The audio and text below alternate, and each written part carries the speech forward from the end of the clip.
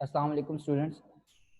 Biology first year का lecture है और हम स्टार्ट न्यूट्रिशन का चैप्टर पढ़ रहे हैं। ठीक है, इसमें हमने डिस्कस कर लिया है, काफ़ी सारा चैप्टर डिस्कस कर लिया है।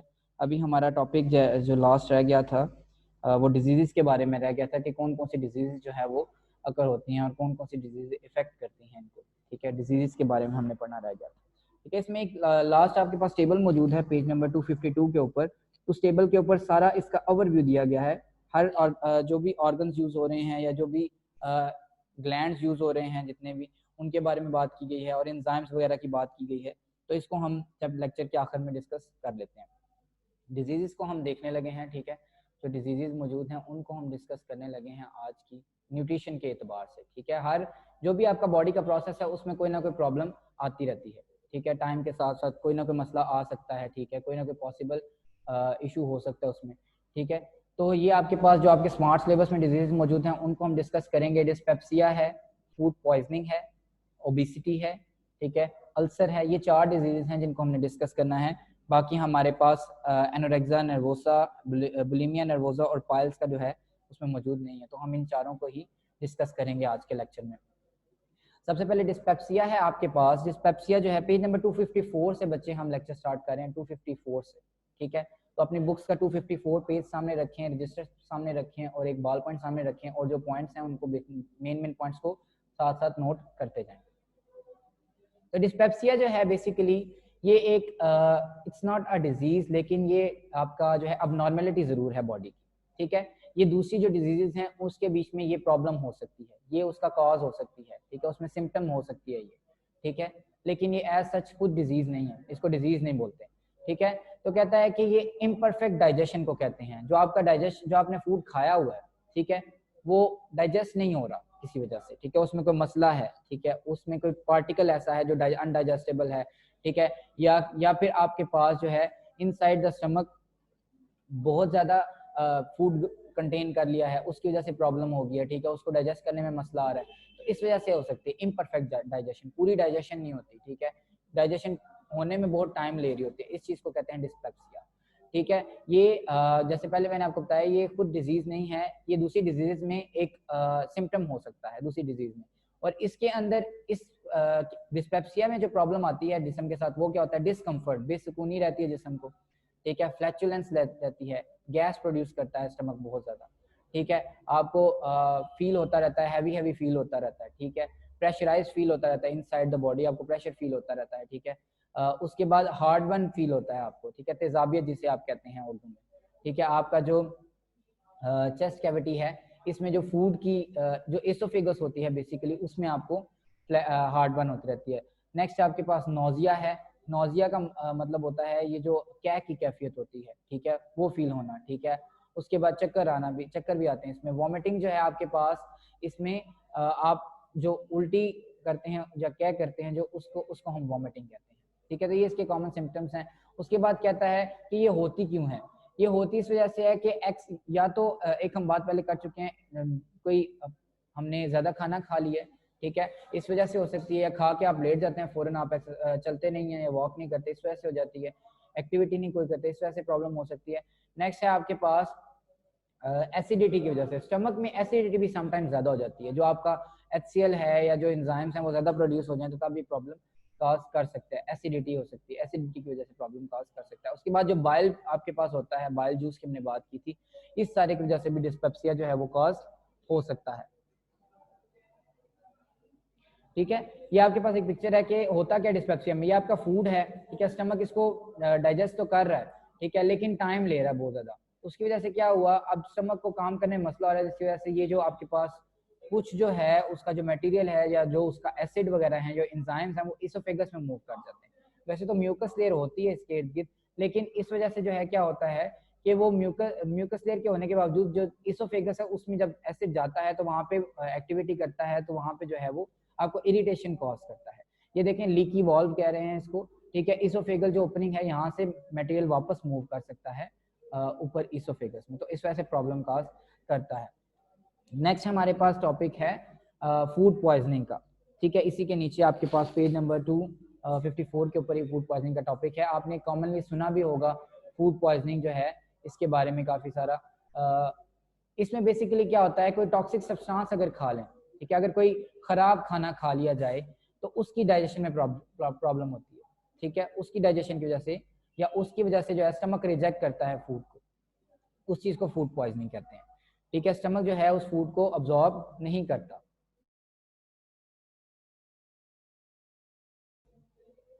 हाँ जी, तो स्टमक जो है उस फूड को डाइजेस्ट करने की बजाय रिजेक्ट करना शुरू कर देता है, तो इसको हम कहते हैं फूड पॉइजनिंग, ठीक है। आम जुबान में इसको हैजे के नाम से आप जानते हैं, ठीक है। अब कहता है कि ये बेसिकली जो आपका फूड होता है, जो खराब फूड होता है, जिसको जो भी ऑर्गेनिज्म है या जो भी इंसान है वो खा लेता है जब, तो उसके बीच में different kind of bacterias present होते हैं जो डिफरेंट केमिकल्स प्रोड्यूस करते हैं। ये केमिकल्स जो है फूड को डाइजेस्ट होने में मसला कर रहे होते हैं, इस वजह से जो बॉडी है उस फूड को रिजेक्ट करना शुरू कर देती है। बैक्टीरियाज, दो बैक्टीरियाज का जिक्र किया गया है, साल्मोनेला एंड कैम्पेलोबैक्टर, ठीक है। ये दोनों मेन रोल प्ले करते हैं डिजीज कॉजिंग में, ठीक है, केमिकल प्रोडक्शन में, उसकी वजह से आपका ये प्रॉब्लम होती है।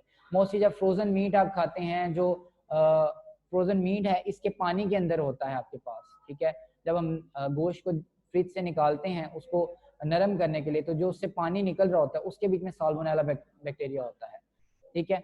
इसके बाद अनपास्चराइज्ड मिल्क यानी दूध को जब हम गर्म किए बगैर पीते हैं तो उसमें जो है डिफरेंट काइंड ऑफ बैक्टीरियाज होते हैं, तो वो जो है आपको कर सकते हैं, मसला कर सकते हैं। इसी तरह एग अगर अंडा अगर खराब हो, ठीक है, तो उसके बीच में भी ये बैक्टीरिया हो सकता है। बेसिकली खराब जो फूड होता है उनके बीच में आपको ये मिलते हैं, वो खाने से ही आपको फूड पॉइजनिंग होती है, ठीक है। फूड पॉइजनिंग में आपके पास सिम्टम्स क्या क्या हैं? डायरिया है, ठीक है, यानी कि मोशन, लूज मोशन आपको जो है वो हो जाते हैं। इसके बाद इसको हम डिस्कस कर चुके हैं पीछे। वॉमिटिंग है आपके पास, ठीक है, क्या होती है? एब्डोमिनल पेन है, पेट बहुत ज्यादा दर्द करता है, ठीक है। और कहता है कि ये जो प्रॉब्लम है ये आपकी मोस्टली 20 to 24 आवर्स रहती है, उसके बाद खुद ब खुद जिस्म आपका, आपकी बॉडी में अल्लाह ताला ने ऐसा सिस्टम रखा है कि आपकी बॉडी खुद ही जो है अपने आप को हील करने का जो है वो रखती है, प्रोसेस जानती है, ठीक है। तो 12 से 24 घंटे के अंदर अंदर इस फूड को आपके जिस्म से बाहर निकाल दिया जाता है, आइदर थ्रू वॉमिटिंग या जो है ज्यादा एक्सक्रीशन के जरिए, ज्यादा फूड को वेस्ट मटेरियल के तौर पे निकाल के उसको बाहर फेंक दिया जाता है। दोनों तरीके से निकाल दिया जाता है जिस्म से, ठीक है। तो 12 से 24 घंटे में ये ठीक हो जाता है। उसमें इस दौरान अगर आप घर में ही रह के अपना जो है फ्लूइड्स लें, ठीक है, कहवा वगैरह अगर पिए तो उससे भी आप ठीक हो सकते हैं। इस केस में डॉक्टर के पास जाने की जरूरत नहीं है। 12 से 24 घंटे के दौरान ये ऑटोमेटिकली जो है हील होना शुरू हो जाती है आपकी बॉडी, ऑटोमेटिकली फूड पॉइजनिंग खत्म होना शुरू हो जाती है, ठीक है। लेकिन अगर आपकी जो प्रॉब्लम है वो ज्यादा रहती है, ठीक है, अगर ये प्रोसीड करती है 24 आवर्स से, तो फिर ये आपके पास प्रॉब्लम है, ठीक है। ये आपके पास सिवियर केस होता है फूड पॉइजनिंग का, इसको हम बॉटुलिज्म कहते हैं, ठीक है। इसके केस में बॉटुलिज्म जो है, जो सिवियर आपकी फॉर्म है फूड पॉइजनिंग की, इसमें कोलेस्ट्रोडम बोटुलिनियम, ठीक है, ये बैक्टीरिया है जो कि इन्वॉल्व है डिजीज कॉज करने में, कोलेस्ट्रीडम बोटुलिनियम, ठीक है। और ये मोस्टली जो है आपके कैंड फूड, यानी जो हम डब्बों से चीजें निकाल के खाते हैं, प्रिजर्व फूड खाते हैं आप, जो जिस तरह अक्सर फ्रूट लेके आते हैं बाजार से, ठीक है, वो कैंड, उसको कैंड फूड कहते हैं, ठीक है। इसी तरह जो है मार्केट से अगर आप प्रिजर्व फूड लेके आते हैं, डब्बों के अंदर कोई चीज लेके आते हैं, ठीक है, जो प्रिजर्व हुई होती है, ऑलिव्स वगैरह लेके आते हैं, या फिर दूसरी जो है आप वेजिटेबल्स वगैरह लेके आते हैं, या फिर अचार वगैरह जिसको हम कहते हैं कॉमन जुबान में, वो अगर लेके आते हैं तो उन चीजों से हो सकता है अगर वो खराब हो तो उनके बीच में बैक्टीरिया मौजूद होगा और वो प्रॉब्लम करेगा, ठीक है। और उसके बाद जो है आपका इसमें होता क्या, कोलेस्ट्रोडियम बोटुलिनियम जो है ये आपके नर्वस सिस्टम को इफेक्ट करता है, ठीक है, डायरेक्टली इफेक्ट करता है आपके नर्वस सिस्टम को, और उसको जो है प्रॉब्लम करता है। और अगर इसको कंट्रोल ना किया जाए, अगर इसके ऊपर काबू ना पाया जा सके, तो ये कार्डिक या रेस्पिरेटरी पैरालिसिस भी काज कर सकता है, ठीक है, यानी कि आपका जो हार्ट अटैक होने के चांस भी होते हैं और जो है सांस भी रुकने के चांस होते हैं। तो दोनों केसेस में यार सांस टोटली पैरालिसिस नहीं होता, ठीक है, समटाइम्स टोटली होता है, लेकिन समटाइम्स जो है वो आपका पार्शियल पैरालिसिस भी होता है, ठीक है, मसला आता है आपको सांस लेने में, प्रॉब्लम भी हो सकती है। अब इसमें इस प्रॉब्लम में अर्ली सिम्टम्स क्या होते हैं, इसको जानने के लिए अर्ली सिम्टम्स ये होते हैं, डिजीनेस होती है, ठीक है, नींद आती रहती है, ठीक है, आपको सुस्ती रहती है, डबल विजन, ठीक है, दोहरा नजर आना, ठीक है, उसके बाद हेडेक, सर दर्द, ठीक है, नोजिया, ठीक है, उसके बाद अब्डोमिनल पेन है, ये सारी चीज़ें होती हैं। अब हम रोक कैसे सकते हैं फूड पॉइजनिंग को कि हम जो है अपना जब भी कोई चीज़ प्रिपेयर कर रहे हैं, कोई फूड वगैरह प्रिपेयर कर रहे हैं, तो उससे पहले अपने हाथ अच्छी तरह धोएं। हमारे हाथों के ऊपर भी हो सकता है मसला, ठीक है। हो सकता है आपने कोई सब्जी वगैरह पकानी हो, उससे पहले आपने गोश्त को हाथ लगाया हो, जिसको आपने यूज़ तो नहीं करना लेकिन आपने उसको हाथ लगाया हो, किसी और सब्सटेंस को हाथ लगाया जिसके ऊपर बैक्टीरियाज हो, तो वो उसके बीच में इंट्रोड्यूस हो सकते हैं फूड प्रिपेयर करते हुए, तो वो मसला हो सकता है, फिर बाद में वो प्रॉब्लम काज कर सकते हैं, ठीक है।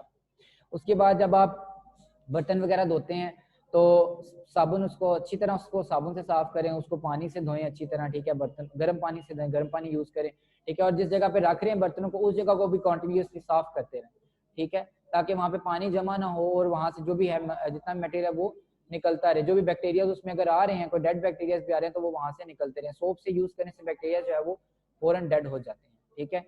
और जो भी आप फूड बाजार से लेके आ रहे हैं उसको अच्छी तरह धोएं, ठीक है। जितने भी आप फ्रूट वगैरह या वेजिटेबल्स वगैरह लेके आ रहे हैं बाजार, सब्जियां वगैरह लेके आते हैं, जो भी लेके आते हैं उनको अच्छी तरह धोएं, ताकि उनके ऊपर भी अगर कोई बैक्टीरिया वगैरह तो वो धुल जाए, खत्म हो जाए उसके ऊपर से, ठीक है। और अगर आप कोई कटिंग वगैरह करें, फूड प्रिपेयर करना है, तो डेफिनेटली आपने हाथ धोने हैं उसके लिए। और अगर आप किचन में चीजें रखते हैं, फ्रिज में चीजें रखते हैं, ठीक है, रेफ्रिजरेटर में अगर चीजें रखते हैं, तो उनको इकट्ठा ना रखें डिफरेंट चीजों को, ठीक है। जो आपके पास जो दूध वाली चीजें उनको सेपरेट रखा जाए, ठीक है। चिकन वाली चीजों को यानी जो मीट वगैरह है, चिकन वगैरह जितना भी गोश्त है उसको सेपरेट रखा जाए, ठीक है। और सब्जियां सेपरेट रखी जाए, ठीक है। इनको अलग-अलग पार्टीशनिंग करेंगे फ्रिज में तो आपके लिए वो मसला क्रिएट नहीं करेगा। इनको सेपरेट पोर्शन में रखेंगे तो मसला क्रिएट नहीं करेगा। और अनपास्चराइज्ड चीजें ना खाएं, ठीक है, यानी कि जो चीजें आपको डिजीज कॉज करती हैं, ठीक है, वो मोस्टली आपको अनपास्चराइज्ड चीजों में मिलती हैं। दूध वगैरह जो है इसको अनपास्चराइज मत यूज करें, पास्चराइज करके इसको यूज करें, यानी कि इसको उबाल के यूज किया जाए, ठीक है। तो ये इन तरीकों से हम बच सकते हैं। इसके अलावा जो आप बर्तन यूज करते हैं, डिफरेंट चीजों को रखने के लिए, डिफरेंट चीजों को पकाने के लिए आप डिफरेंट बर्तन यूज करें, ठीक है, ताकि वो दो जो आप चीजें पका रहे हैं, यानी फिश अगर आप पका रहे हैं और एक तरफ आप गोश्त भी पका रहे हैं, तो उन दोनों को अगर एक ही बर्तन में धोएंगे तो फिश के जो हो सकता है जो गोश्त में से जो बैक्टीरिया निकले वो फिश में चले जाएं, जो फिश से बैक्टीरिया निकले वो गोश्त में चले जाएं, ठीक है। तो इस तरह वो जो है प्रॉब्लम काज कर सकते हैं। नेक्स्ट है आपके पास ओबेसिटी। ओबेसिटी जो है आपके पास मोटापे को कहते हैं, ठीक है। ये आपके पास नजर आ रहा है, ठीक है, इसको मोटापा कहते हैं। तो जो ओबेसिटी है इसमें बेसिकली अब नॉर्मल डेवलपमेंट ऑफ फैट हो जाती है बॉडी में। जो आपकी बॉडी है वो फैट को डेवलप करना शुरू कर देती है, उसको कंज्यूम करने की बजाय उसको बॉडी में स्टोर करना शुरू कर देती है। मोस्टली ये तब केस होता है जब आप बहुत ज्यादा खाना खाते हैं, ठीक है, और खाना खाने के बाद आप कोई आपकी एक्टिविटी कोई नहीं होती और आप खाना खाने के बाद सो जाते हैं, ठीक है, या आप जंक फूड बहुत ज्यादा खाते हैं, ठीक है, और जंक फूड खा के भी आप एक्टिविटी बहुत कम करते हैं और सो जाते हैं या बैठ जाते हैं, गेम्स वगैरह खेलते हैं बैठ के, ठीक है, आप एक्टिविटी कोई नहीं करते। अगर एक्टिविटी आप करते रहेंगे तो पॉसिबली ये प्रॉब्लम आपके साथ नहीं आएगी, अगर आपके जीन्स में नहीं है, ठीक है।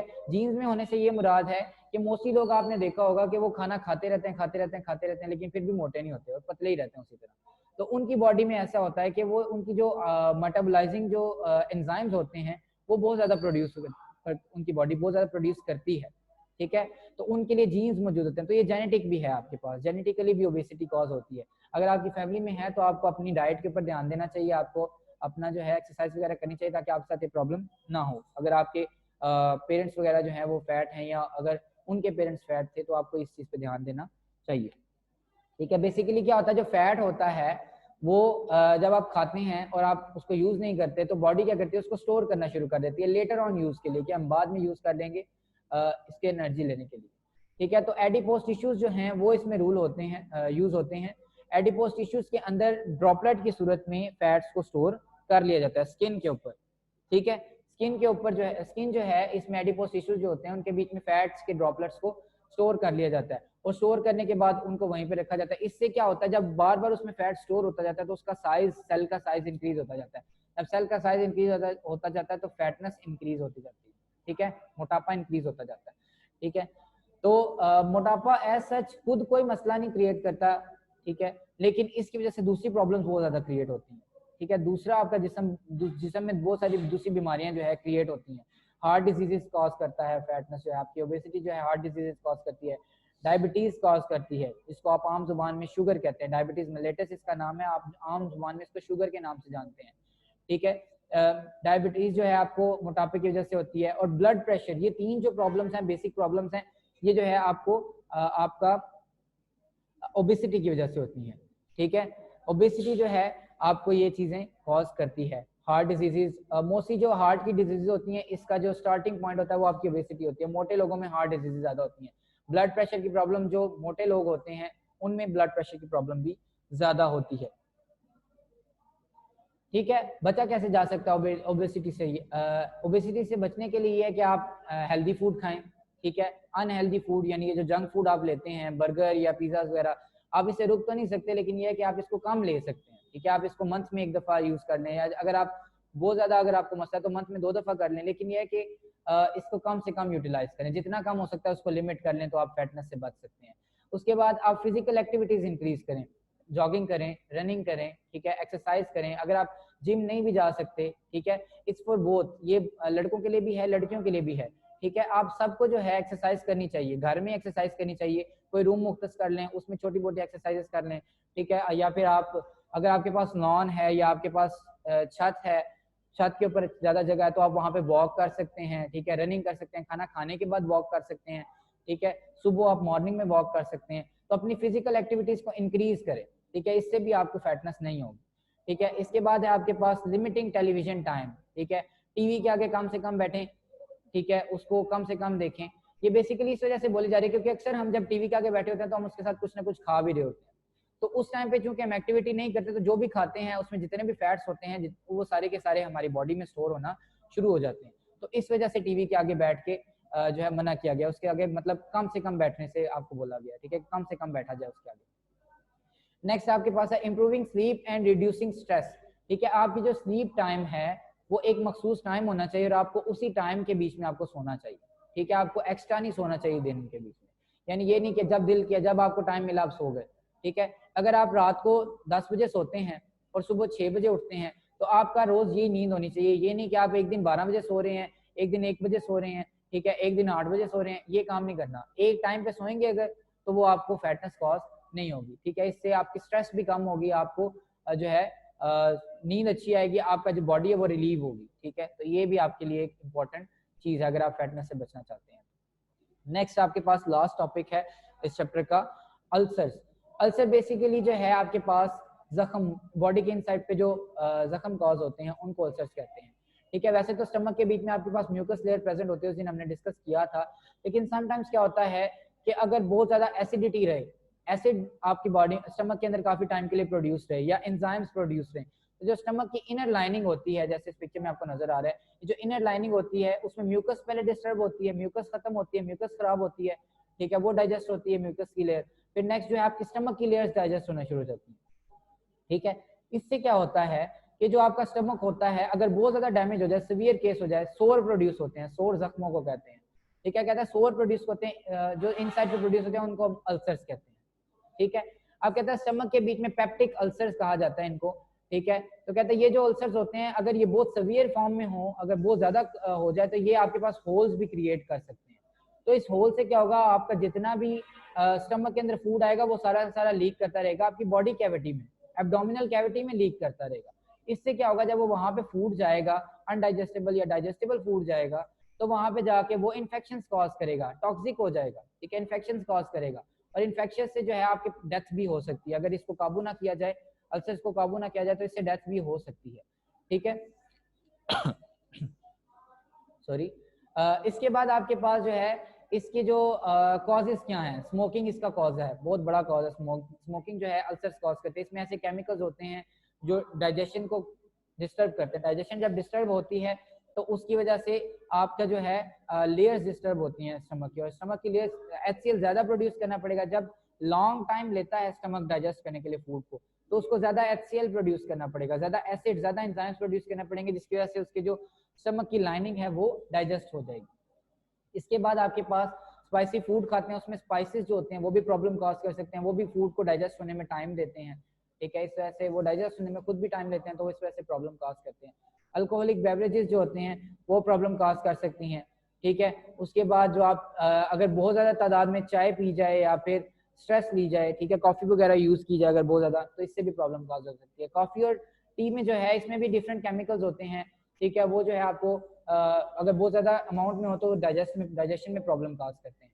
ठीक है। और जो स्ट्रेस है ये बेसिकली डाइजेशन को डिस्टर्ब करती है। जितना आपका जो ब्रेन है वो आपके स्टमक के साथ रिलेटेबल है, ठीक है, बहुत ज्यादा आपस में दोनों लिंक हैं। अगर आपका स्टमक खराब होता है तो आपका ब्रेन वर्क नहीं कर सकता प्रॉपर्ली, ठीक है, आपका ब्रेन बहुत ज्यादा जल्दी इफेक्ट होता है। अगर आपको फॉर एग्जांपल फूड पॉइजनिंग है तो आप कंसंट्रेट नहीं कर सकते किसी भी चीज पे, ठीक है, आपको कॉन्टिन्यूसली प्रॉब्लम रहेगी, आपको चक्कर आते रहेंगे, ठीक है, आपको गैस प्रोड्यूस होती रहेगी बॉडी में, इस वजह से आप कंसंट्रेशन नहीं कर सकते। तो स्ट्रेस जो है बेसिक इफेक्ट है आपके पास। अगर आप स्ट्रेस लेते हैं, बहुत ज्यादा परेशानी लेते हैं, अगर आप किसी भी चीज की बहुत ज्यादा परेशानी लेते हैं तो उसकी वजह से आपको प्रॉब्लम कॉज हो सकती है, ठीक है। तो स्ट्रेस नहीं लेनी, परेशान नहीं होना, ठीक है। अगर कोई मसला आता है तो वो सॉल्व हो जाता है, उसको सॉल्व किया जा सकता है, ठीक है। नेक्स्ट है आपके पास, यहाँ पे हमारा ये टॉपिक जो है खत्म हो गया। अब आपके क्वेश्चंस का मैं आंसर करूंगा, ठीक है। इससे पहले हम इस चैप्टर के ऊपर एक जो है नजर दौड़ा लेते हैं कि हमने क्या क्या चीजें डिस्कस की हैं, ठीक है। हमने इस चैप्टर के स्टार्ट में न्यूट्रिशन को डिस्कस किया था, ठीक है, कि न्यूट्रिशन क्या चीज होती है, न्यूट्रिएंट क्या चीज होते हैं, ठीक है। हमने इन सारी बातों को डिस्कस किया था। उसके बाद हमने उसका कॉन्सेप्ट समझा था कि क्या होता क्या है, न्यूट्रिशन होती क्या है, ठीक है, फूड लेना, फूड कैसे खाना है, ठीक है। फिर हमने उसकी न्यूट्रिशन की जो है टाइप्स पढ़ी थी, ऑटोट्रॉफिक हेटरोट्रॉफिक न्यूट्रिशन को देखा था, ठीक है। नेक्स्ट हमने प्लांट के अंदर न्यूट्रिशनल मेथड देखे थे। ऑटोट्रॉफिक मेथड को तो हम जानते हैं, हमने हेटरोट्रॉफिक मेथड्स देखे थे उसके बीच में। फिर हमने डाइजेशन एंड अब्जॉर्प्शन वाला टॉपिक देखा था, ठीक है। उसके बीच में हमने डिस्कस किया था कि डाइजेशन डिफरेंट होलोजोइक जो है न्यूट्रिशन को डिस्कस किया था, जिसमें हमने कहा था कि हम जो इनगल्फ करते हैं पार्टिकल्स को, उनको हम डाइजेस्ट कैसे करते हैं, हमने इसके बारे में बात की थी। फिर हमने देखा था, हमने डाइजेशन इन मैन को डिस्कस की कि कौन कौन से पाथवे से गुजरते हुए डाइजेशन होती है। फिर हमने अब्जॉर्प्शन ऑफ फूड को डिस्कस किया कि फूड अब्जॉर्ब कैसे होता है, जो डाइजेस्टेड फूड होता है वो अब्जॉर्ब कैसे होता है बॉडी के अंदर। फिर हमने डिस्कस किया था न्यूट्रिशन रिलेटेड डिजीजेस को, ठीक है, कि कौन कौन सी डिजीजेस होती हैं, ठीक है। तो आज हमने वो वाला टॉपिक डिस्कस किया। तो अब आपके क्वेश्चंस का मैं आंसर दे देता हूँ, कोई क्वेश्चन है तो क्वेश्चंस करेंगे।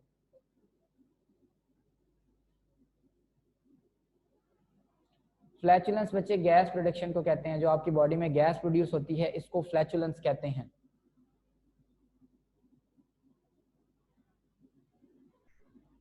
मैं बॉटलिज्म को रिपीट कर देता हूँ बच्चे, कर देता हूँ।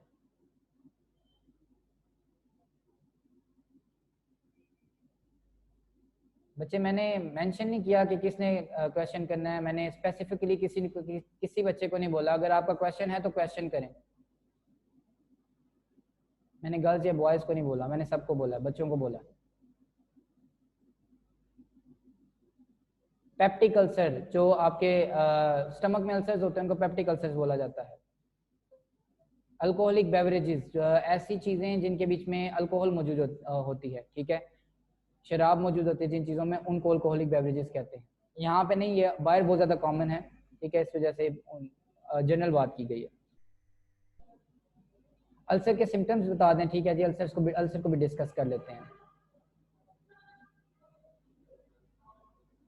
आज वाला लेक्चर मैं दोबारा रिपीट करता हूँ बच्चे। जो खाना खा के सो जाते हैं उनको मैंने एक्सप्लेन किया बच्चे कि वो जो है उनका बेसिकली इंजाइम्स होते हैं बहुत ज़्यादा मौजूद उनकी बॉडी में, उनका जेनेटिक होता है ये चीज़ कि इंजाइम्स होते हैं तो उनकी डाइजेशन बहुत जल्दी हो जाती है, ठीक है, इंजाइम्स बहुत ज़्यादा प्रोड्यूस करते हैं, डाइजेशन जल्दी हो जाती है, इस वजह से उनको प्रॉब्लम नहीं होती। ठीक है जी, मैं फूड पॉइजनिंग को दोबारा डिस्कस कर लेता हूँ बच्चे।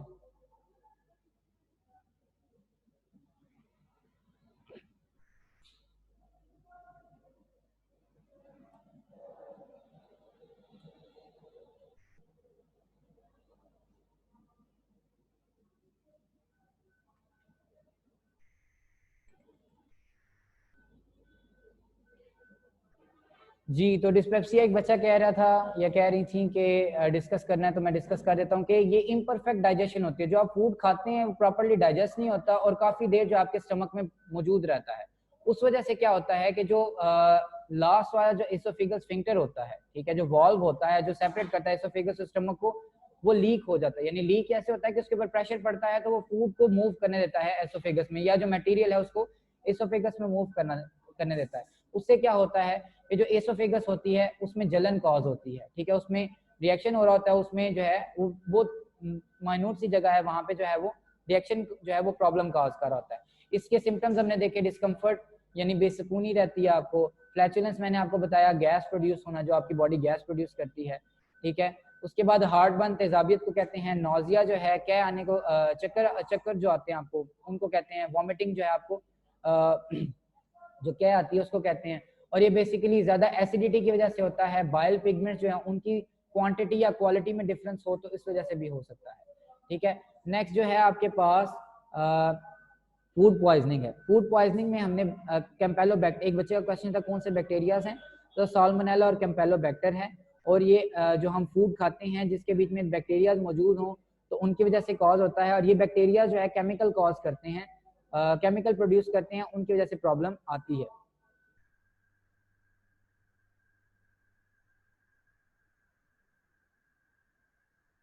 उसके बाद अनपास्चराइज्ड मिल्क हो, फ्रोजन फूड हो, उसका जो पानी निकलता है फ्रोजन फूड से, जब हम उसको अनफ्रीज करते हैं तो उसके बीच में से वाटर जब प्रोड्यूस होता है, मोस्टली मीट के बीच में से, तो वो प्रॉब्लम काज करता है। अंडे वगैरह खराब हो, उनसे प्रॉब्लम काज होती है। इसके सिम्टम्स डायरिया है, वॉमिटिंग है, एब्डोमिनल पेन है, और ये 12 से 24 घंटे तक रहता है फूड पॉइजनिंग। बॉटलिज्म जो है आपके पास, ये severe form of food poisoning है। इसके बीच में आपके पास क्या आता है,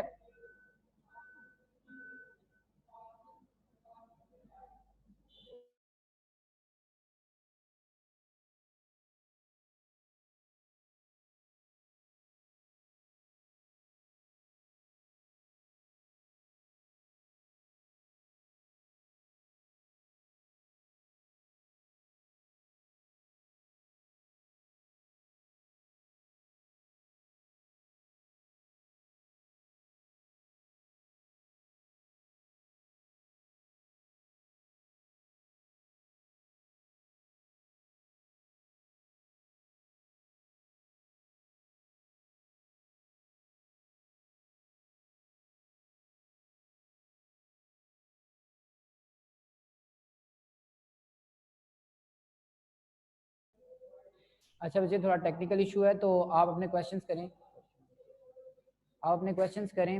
मैं जो है उनका आंसर देता हूँ, स्क्रीन आपके साथ बाद में शेयर करता हूँ।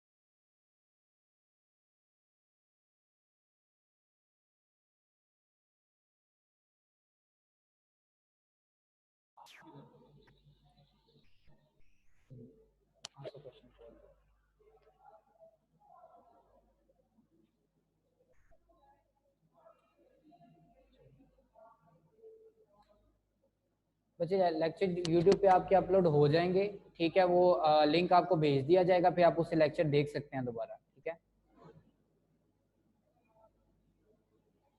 नहीं, ओबेसिटी से आगे वाले टॉपिक बच्चे नहीं है, 3 टॉपिक आपके पास नहीं है।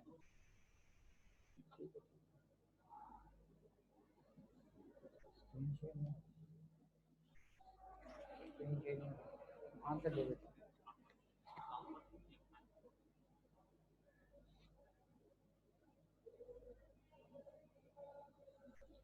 कैंसर कॉज नहीं करता बच्चे, इन्फेक्शन कॉज करता है। जब फूड आपका वहां से एब्डोमिनल कैविटी में लीक होता है तो वहां पे वो इन्फेक्शंस कॉज करता है, ठीक है, कैंसर कॉज नहीं करता। डिजीनेस का मतलब होता है सुस्ती, नींद आना। जी बच्चे, फ्राज बॉटलिज्म को क्या कहना है, आगे भी लिखें उसके साथ।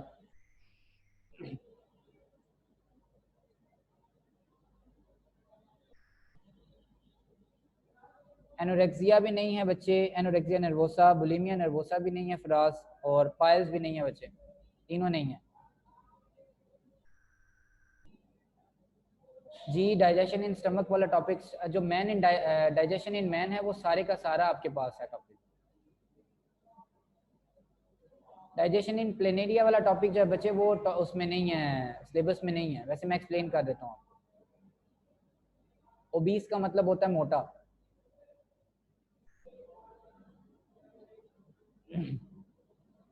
अपेंडिक्स के करीब जो दर्द होता है बच्चे, वो आपको बताया अपेंडिक्स में जब ओपनिंग होती है जहन बच्चे, उसमें जो छोटी सी ओपनिंग होती है अपेंडिक्स और सीकम को मिलाती है, तो अगर फूड गलती से अपेंडिक्स में चला जाए तो वहाँ पे डिफरेंट माइक्रो ऑर्गेनिजम्स होते हैं जो फूड को डाइजेस्ट तो कर देते हैं, लेकिन फूड जो वेस्ट होती है, जो जितना भी डाइजेस्टेड फूड होती है वो बाहर नहीं आ सकती, तो वो आहिस्ता आहिस्ता वहाँ पे जो है कन्वर्ट होती जाती है उसके बीच में टॉक्सिक कंपाउंड्स में, तो वो वहाँ पे जो है प्रॉब्लम कॉज करती है, टॉक्सिसिटी कॉज करती है, उसकी वजह से आपको दर्द होता है अपेंडिक्स का। और खदशा होता है कि वो उसकी वजह से इतना प्रेशर क्रिएट होता है वहाँ पे कि वो फट भी सकती है अपेंडिक्स, ठीक है, तो उससे डेथ भी हो जाती है।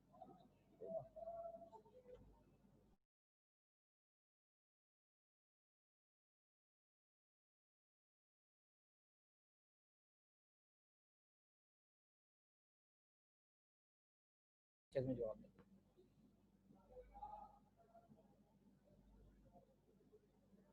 क्लासरूम का कोड बच्चे कॉलेज से रब्ता करें, कॉलेज आपको इसका जो है डिटेल दे देगा। फराज मैं यूजिनम का आपको एक्सप्लेन कर देता हूँ। आज थोड़ा टेक्निकल इशू है, तो यूजिनम जो है वो मैं आपको स्क्रीन के साथ जो है मंडे को बता दूंगा, सारा टेक्निकल इशू है, स्क्रीन शेयर नहीं हो सकती।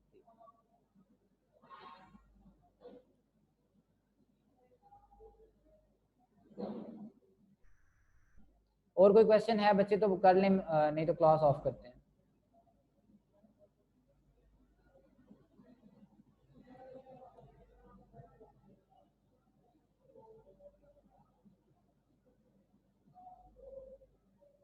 बच्चे जब अल्सर होता है तो नरम ग़िज़ाएं खाने का बोला जाता है ताकि वो जल्दी डाइजेस्ट हो जाए।